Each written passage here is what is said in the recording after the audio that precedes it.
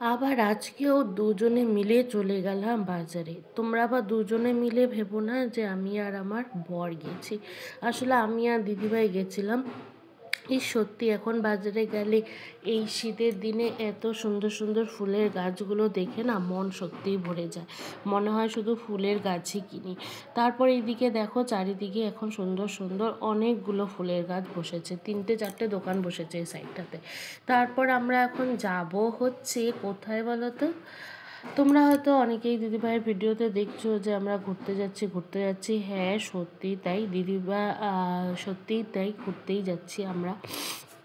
দাদাভাই আমাদেরকে একটা ট্রিপ দিচ্ছে। তো কোথায় যাচ্ছি সেটা অবশ্যই পরে জানাবো।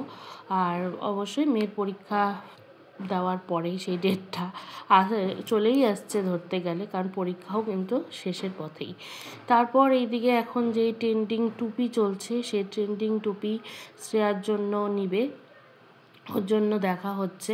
আর আমারটা তো সেই মানে ওরও চাই এটা, কারণ ওকে এই মুহূর্তে কিনে দিলাম না, তার কারণ এক সপ্তাহ আগে তোমরা হয়তো দেখেছো ওকে মানে যেটা ট্রেন্ডিং সেটা নয়, মানে এমনি যে কানের সেটা ওটা কিনে দেওয়া হয়েছে।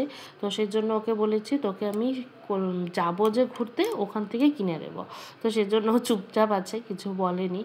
আর এই দেখো এবার যেহেতু এটা ট্রেন্ডিং সেজন্য কিন্তু এটা প্রাইসটাও অনেকটা বেড়ে গেছে। এটা কিন্তু আগের বছরই শীতের লাস্টের দিকে উঠেছিল, তখন কিন্তু অতটা দাম ছিল না, কিন্তু এবার যখন নাকি ফেসবুকে এটা খুব ট্রেন্ডিং হচ্ছে তখন এটার কিন্তু প্রাইসটা অনেকটা বেড়ে গেছে। তবে জিনিসটাও কিন্তু বেশ ভালো।